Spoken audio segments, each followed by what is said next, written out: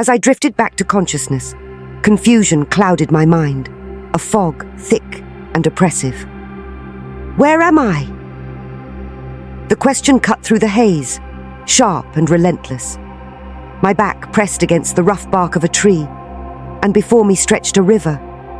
Its surface shimmered with an otherworldly glow, as though it pulsed with life and secrets untold. Fragments of memory clawed at the edges of my thoughts. The old man, the creature, the voices. Those voices. They had once been deafening, a haunting chorus within my skull. But now, silence. A silence so heavy it felt alive. My gaze drifted to the river, and that's when I saw her. She stood on the riverbank, ethereal and luminous, her gown flowing like liquid starlight. Every step she took stirred the air, rippling reality itself. Her presence was both mesmerizing and unsettling, a beauty too perfect to be of this world. "I, Lauren," she said, her voice soft yet resonant, cutting through the stillness. "How do you feel?" My heart stuttered. How do you know that name?" She smiled, a smile that carried the weight of ages, ancient and knowing. "You are special, Ailauren. Your birth was foretold in the songs of the gods. You are their gift." Her words hit me like a storm, filling me with both wonder and dread. "But the old man said I was born for darkness," I stammered. "That my anger brings misfortune. The village, they called me a curse and cast me out. How can I be a gift?" Her expression softened, and she knelt before me, her hands warm against my trembling shoulders. "The old man lied. He is Eddie, the spirit of evil. He twisted the truth to claim you for his own." A chill ran through me. "Claim me? Why?" Her gaze turned solemn, shadows flickering in her glowing eyes. "Because you are the key." "The key?"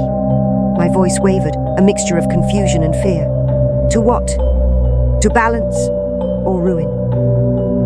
She stood, her light dimming as sorrow etched itself into her features. "You are the bridge between worlds, Ailauren. In time, you will understand." Before I could question further, a searing pain exploded in my skull.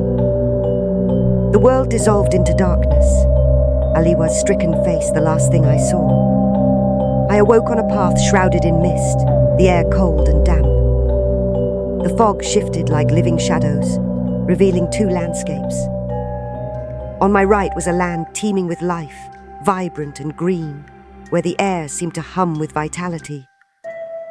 On my left loomed a wasteland, barren, scorched and suffocating under a sky choked with ash. Ahead of me stood a figure cloaked in mystery, the old priest, his dreadlocks cascading like ancient vines, his presence both familiar and alien. "Ailauren!" he called, his voice a whisper that carried through the stillness. My heart thundered in my chest. Who are you?" He turned slowly, his face shadowed, but his eyes glinting with dark purpose. "I am the father of your father," he said, his tone steady, almost tender. "And you, my child, are everything I hoped you would be." A chill swept through me as shadows coalesced around him, thick and suffocating. And then, from the darkness, he emerged. Eddie. His form twisted and grotesque, a fusion of the old man and the creature, his hollow eyes burning with malice. "Ailauren!" Eddie hissed, his voice a chorus of whispers, each one laced with venom. "Do you see now? This is your destiny. You were meant to join me to embrace your true nature." His words wrapped around me like a noose, tightening with every breath. Yet, through the suffocating fear, Aliwa's voice echoed in my mind. "You are a gift from the gods." "I am not yours to command," I said, my voice trembling but resolute. Eddie's face contorted with rage. "Foolish child!" he spat. The ground quaked as shadows writhed at my feet, reaching for me with relentless hunger. But within me, a warmth stirred, a light that burned brighter than fear. It surged through my veins, a force I had never known. I stepped back, breaking free from the darkness. "You are wrong," I declared, my voice steady now. "My power is my own." A radiant light erupted from within me, blinding and unyielding. Eddie screamed, his form unraveling in the brilliance, but his eyes locked on mine, vowing vengeance even as he dissolved.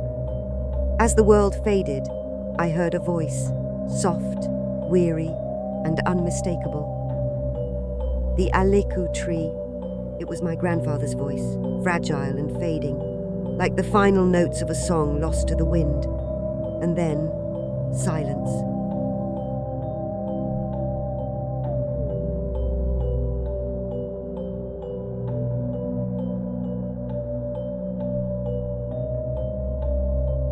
When I opened my teary eyes, they met Aliwa's steady gaze. She stood there, holding a bright clay pot filled with a golden liquid that shimmered like captured sunlight. My skin burned with the strange sensation of ancient carvings etched into it. In that moment, I understood. The force that had pulled me away was Aliwa's doing. "Ailauren, welcome back," she said softly, her voice a mixture of relief and unease. "What happened?" I hesitated, lost in a storm of thoughts. Her gaze sharpened as realization dawned on her. "Eddie," she breathed, her voice trembling. "The dark spirit," I whispered, my fear wrapping around the name like a shroud. "You know him?" I asked, my voice barely audible. Aliwa froze. Then tears spilled silently down her cheeks. Her anguish was palpable, a weight that threatened to crush the air between us. She didn't speak for a long time, but when she did, her voice was raw, heavy with pain. He took her humanity in exchange for my life," she muttered, her hands trembling around the clay pot. "For me, my mother became a beast. That's the price you pay when you bargain with darkness." Her tears didn't stop, but her resolve hardened. I must make my mother human again. We must find a way to stop Eddie." I sat there, her words sinking deep into me like jagged thorns. I felt pity, yes, but also something darker, a growing sense of dread. "Why?" I finally asked. "Why did you rescue me?" Aliwa's gaze turned distant, her voice almost a whisper. "Aleku called gently for you." That name, Aleku. My thoughts raced, my heartbeat quickened. I had heard it before, faint and echoing in the void while I was unconscious. "What is Aleku?" I asked. Aliwa's expression shifted into something both haunting and unreadable. A smile that wasn't a smile curved her lips. "Not what?"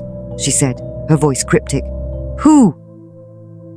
The revelation sent a chill down my spine. My thoughts whirled, and before I could stop myself, the words tumbled out. "The Aleku tree. Could it be?"